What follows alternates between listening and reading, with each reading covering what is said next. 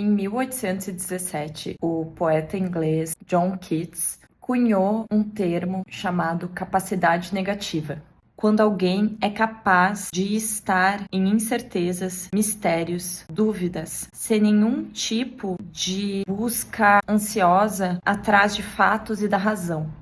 E a capacidade negativa depois foi utilizada pelo psicanalista Wilfred Bion, e ele deu umas expandidas assim no termo, mas basicamente entendendo essa capacidade como nos mantermos de uma forma tranquila no não saber. Estar diante de uma pessoa, de uma situação, de algum acontecimento e não partir imediatamente para conclusões, o que envolve uma certa humildade intelectual. Não ter essa arrogância de achar que eu já sei, que eu já conheço, que eu já entendi. E me permitir ficar um pouco nesse desconforto de ainda não ter a resposta, que é muito que Hilke fala sobre viver as perguntas. O desconhecido sempre trouxe muita ansiedade para o ser humano, né? As respostas e as certezas fazem com que a gente se sinta aterrado, protegido em algum grau. E essa nossa vontade de saber nos impulsiona de muitas formas, mas também é algo que às vezes faz com que a gente se agarre a conclusões precipitadas ou se feche em significados mais simplistas e a gente perca a complexidade da vida. Essa dificuldade sempre fez parte da gente, só que hoje em dia ela parece estar ainda mais aflorada. Todo mundo parece que precisa ter uma opinião, precisa expor a sua opinião, todo mundo muito carregado de certezas, né? E às vezes a gente não percebe o quanto isso nos limita, o quanto isso nos afasta da experiência real da vida.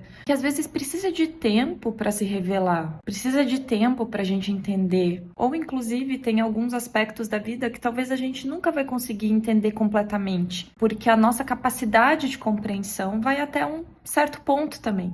E a gente conseguir estar nesse desconhecido, nesse mistério, nesse não saber, em paz.